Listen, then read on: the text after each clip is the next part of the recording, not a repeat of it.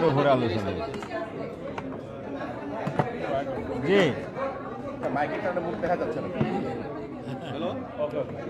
জি শুরু করব। হ্যাঁ, রেডি?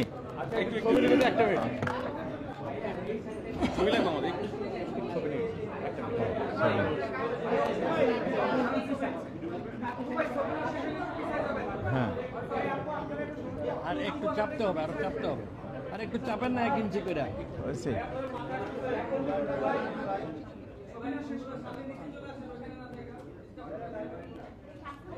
আচ্ছা, তা আমরা শুরু করছি।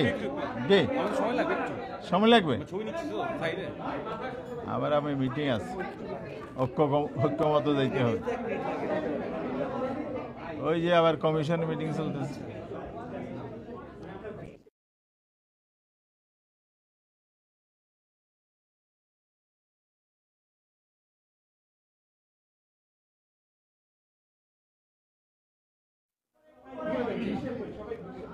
জি, আসসালামু আলাইকুম ওয়া রাহমাতুল্লাহি ওয়া বারাকাতুহু।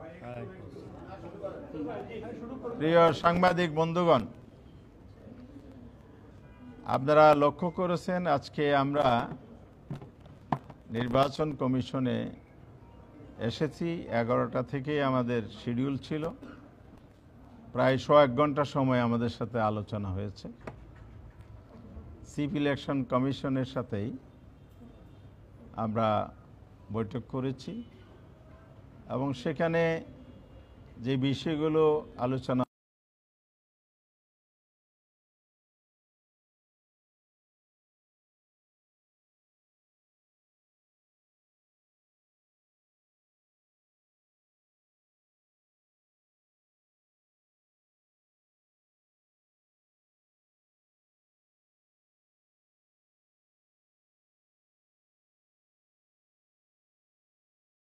মধ্য দিয়ে আদালতের যে ন্যায় বিচার এবং ইলেকশন কমিশন বাস্তবায়নের মধ্য দিয়ে জাতিকে আশান্বিত করেছে এবং এটাই প্রমাণিত করেছে বিগত দিনে ফ্যাসিস্ট আমলে একেবারে অন্যায়ভাবে পলিটিক্যাল ব্যাড ইন্টেনশন থেকেই জামাতের নিবন্ধন বাতিল করা হয়েছিল।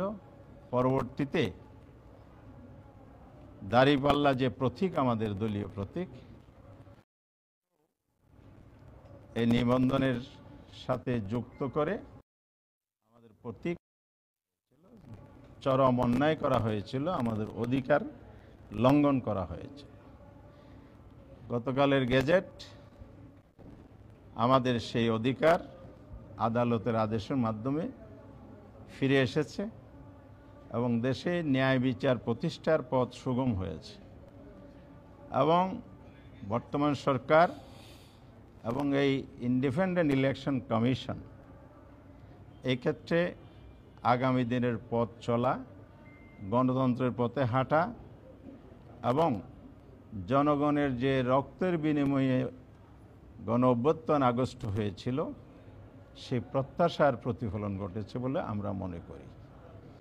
আমরা গতকালে ফরমালি এই জন্য ব্রিফিং করেছি, আল্লাহর শুকরিয়া আদায় করেছি এবং সর্বোচ্চ আদালতের মাধ্যমে যেটা আমরা আমাদের রাইট পেয়েছি, এজন্য দেশবাসী যে প্রতীক্ষা ছিল আগামী দিনে জামাত ইসলামী তার নির্বাচনের নিবন্ধন নিয়ে, প্রতীক নিয়ে ভোটে অংশগ্রহণ এবং জনগণের পছন্দের প্রার্থী দাঁড়িপাল্লা প্রতীকে ভোট দেওয়ার যে বাধা ছিল এটা উঠে গিয়েছে এবং এটা আরেকটা নতুন দৃষ্টান্ত হয়েছে যে অন্যায়, অবিচার, দামাচারপূর্বক রাষ্ট্রযন্ত্র ব্যবহার করে দীর্ঘদিন রাখা যায় না।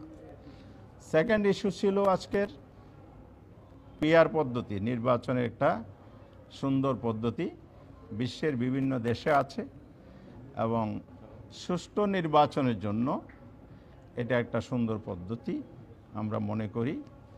ঐক্যমত কমিশনেও আমরা এটা উঠিয়েছি, এটা আলোচনা চলমান। আজকে ইলেকশন কমিশনের কাছেও আমরা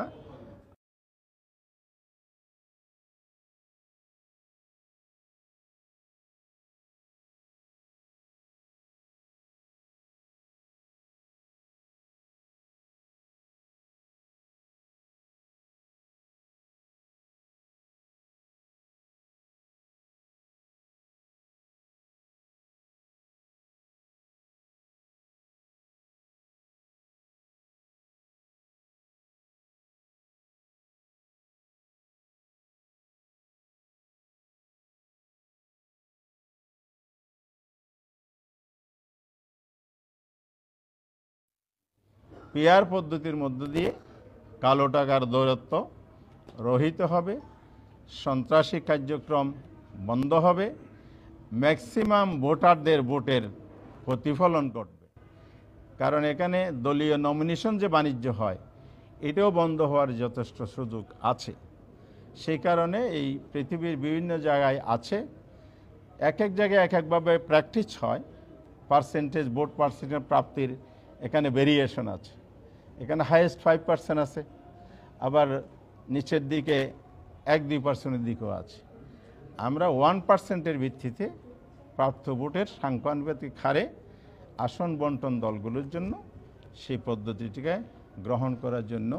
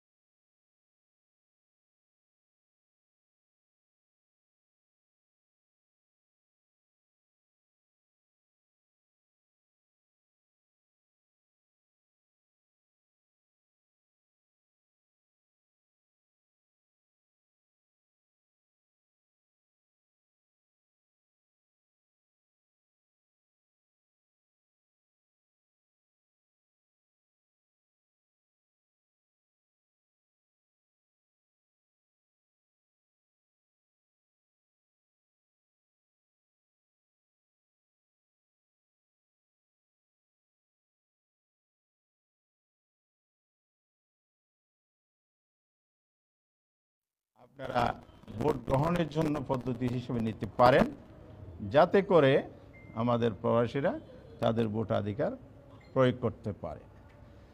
আমরা ফোর্থ যেটা আমাদের আজকের ইস্যু ছিল সেটা হলো local government election. Local government ইলেকশনটা আমরা বারবার দাবি করেছি, তত্ত্বাবধায়ক সরকার, কেয়ারটেকার সরকার, অন্তর্বর্তীকালীন সরকার, যেই ফর্মেই সরকার থাকুক না কেন, নির্বাচনে আগে একটি সরকার আছে এবং থাকবে। সেই লাইনে কিন্তু ঐক্যমত্য কমিশন কাজ করছে এবং সব দল কিন্তু এ ব্যাপারে একমত হয়েছে। অর্থাৎ একটা অন্তর্বর্তীকালীন সরকার যে হবে এবার কারো দ্বিমত নাই। সেই সরকারটার অধীনে যদি লোকাল গভর্নমেন্ট ইলেকশন হয় তাহলে এটা অনেক বেশি ফেয়ার এবং গ্রহণযোগ্য হবে এবং সেখানে জনগণের সঠিক প্রতিনিধিত্বটা আসবে। লোকাল গভর্নমেন্ট যদি ইলেকশন যদি দলীয় সরকারের অধীনে হয় তখন যে ঘটনাটা আমরা অতীতে অবলোকন করেছি সেটা হচ্ছে দলীয় প্রার্থীদেরকে চেয়ারম্যান মেম্বার বানানোর জন্য, মেয়র বানানোর জন্য এখানে দলীয় প্রভাব, তার চাইতে বড় যে কাজটা অন্যায়ভাবে করে সরকারগুলো, গভর্নমেন্ট টোটাল ইনস্টলমেন্টকে কাজে লাগিয়ে ভোটকে ইলেকশনকে প্রভাবিত করে দলীয় প্রার্থীকে জিতিয়ে আনে। ফলে এখানে জনমতের প্রতিফলন হয় না, পছন্দের প্রার্থী নির্বাচিত হয় না। সেই কারণে আমরা বলেছি এটা যদি নিরপেক্ষ নির্দলীয় সরকারের অধীনে হয় এটা ফেয়ার হবে, গ্রহণযোগ্য হবে, সেটা আমরা দাবি করেছি। আর ন্যাশনাল ইলেকশন সামনে হবে, ন্যাশনাল ইলেকশনের আগে আমাদের দাবি লোকাল গভর্নমেন্ট ইলেকশন করা। এটা এবারের জন্য, ভবিষ্যতের জন্য অন্তর্বর্তীকালীন সরকার বা যেই ফর্মে নিরপেক্ষ নির্দলীয় সরকার আসবে তার অধীনে করা। পাশাপাশি আপনার ন্যাশনাল ইলেকশনের পরিবেশটা যাতে এনশিওর হয়। এখানে লেভেল প্লেইং ফিল্ড যেটা আমাদের রাজনীতিতে প্রচলিত বহুল আলোচিত ভাষা, সেটা শুধু ভাষা হিসেবে নয়, বক্তব্য হিসেবে নয়, কার্যকরভাবে এটা হয়। ল অনেক আছে, আইন সংশোধনের কাজ এখনো চলমান, সংস্কারও হবে, সব কিছু হবে, কিন্তু এটা কাগজে যেন না হয়, এটা যেন বাস্তব ময়দানে এবং ফিল্ডে হয়। আমার কাগজের সাথে বা যা লিখিত থাকবে সেটা মাঠের সাথে মিল থাকে। জনগণের প্রত্যাশা এটাই। এই জন্য জনগণ জীবন দিয়েছে, রক্ত দিয়েছে। রক্তাক্ত গণঅভ্যুত্থানের মধ্য দিয়ে নতুন বাংলাদেশের যাত্রা শুরু হয়েছে। আমরা আশা করছি আগামী দিনে জন আকাঙ্ক্ষার প্রতিফলনের জন্য ইলেকশন কমিশন আস্থার সাথে জনগণের সহযোগিতা, স্টেক হোল্ডার রাজনৈতিক দলের সহযোগিতা এবং তাদের আরও আনুষঙ্গিক যত প্রয়োজন সেগুলোকে এনশিওর করে সামনে আগাবে।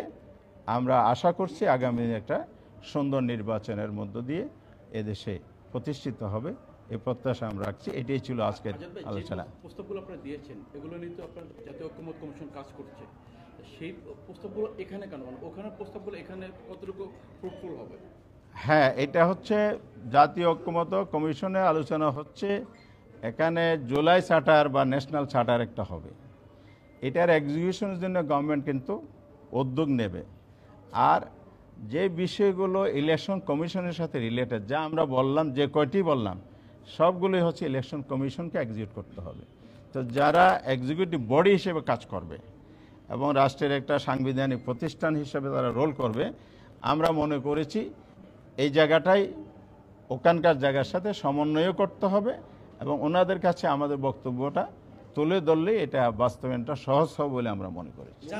লোকাল গভর্নমেন্ট নির্বাচন যেটা আগে বলছে, একজন বলেন, লোকাল গভর্নমেন্ট নির্বাচনটা আগে করার কথা বলছেন, এই বিষয়ে ইলেকশন কমিশন কি বলেছে? যে আমাদের বক্তব্যের প্রেক্ষিতে ওনারা বিষয়গুলো নিয়ে কাজ করছেন, ওনারা এই ব্যাপারে ওনাদের বক্তব্য দেবেন। ওনারা আমাদের কথা শুনেছেন, ওনারা যখন সব বিবেচনায় এনে একমত হয়ে উপর আপনাদের আস্থা আছে কিনা বা কোনো চান কিনা জি, আপনারা? এক নম্বর হচ্ছে এখানে পিআর পদ্ধতি আর local government election. Local government election আপনারা সবাই জানেন, লোকাল গভর্নমেন্ট ইলেকশন আর ন্যাশনাল গভর্নমেন্ট ইলেকশন প্রসেস প্রক্রিয়া কিছুটা ডিফারেন্স আছে। লোকাল গভর্নমেন্ট ইলেকশনটা লোকাল গভর্নমেন্ট মিনিস্ট্রি বলবে আমার এই জায়গায় ইলেকশন দরকার। ইলেকশন কমিশনে যখন গভর্নমেন্ট পক্ষ থেকে জানানো হবে তখন ইলেকশন কমিশন লোকাল গভর্নমেন্ট ইলেকশনের উদ্যোগ নেয়, আর ন্যাশনাল ইলেকশন কমিশন সরাসরি করে। তো এই জায়গায় যদি আমরা সমন্বয় না করি, একদিকে গভর্নমেন্ট পার্ট আর এদিকে হলো ইলেকশন কমিশন, আমি আগে এক্সিকিউটিভ ফাংশন যেহেতু তারাই করেন, তো এই জন্য আমাদের দুই জায়গায় কথা বলতে হবে। আর যেটা বলছেন, আমরা আগেও বলেছি, আমরা ইলেকশন কমিশন সরকার সব কিছু আমরা অবজার্ভ করে চলছি। বিশেষ করে ইলেকশন কমিশন তো এখনও কার্যক্রম প্র্যাকটিক্যালি করেন নাই, ওনারা যা করছেন হলো অফিসিয়ালি করছেন। সুতরাং এই জায়গায় আস্থা অনাস্থার বিষয়ে মন্তব্য করছি না, আমরা অবজার্ভ করছি এবং এ পর্যন্ত ওনারা যে জায়গায় সঠিক কাজ করেছে আমরা সেটা সঠিক বলবো। কালোকে কালো, সাদাকে সাদা বলতে হবে। যদি ব্যর্থায় ঘটে তো সে জায়গায় তো কথা বলতে হবে। এই জন্য আমরা অবজার্ভ করতেছি। আর আমাদের প্রত্যাশা হচ্ছে এটা, যে এটা অন্তর্বর্তীকালীন সরকার গঠনের পরেই কিন্তু ইলেকশন কমিশন হয়েছে। এই কমিশন তার অতীতের যে 3টা নির্বাচন সেই দৃষ্টিতে আমরা দেখছি না। আমরা আশাবাদী ওনারা ভবিষ্যতে জন আস্থাকে সামনে রেখে এগিয়ে যাবে, আমরা এই প্রত্যাশা রাখি। মানে আপনারা পুনর্গঠন চাচ্ছেন না?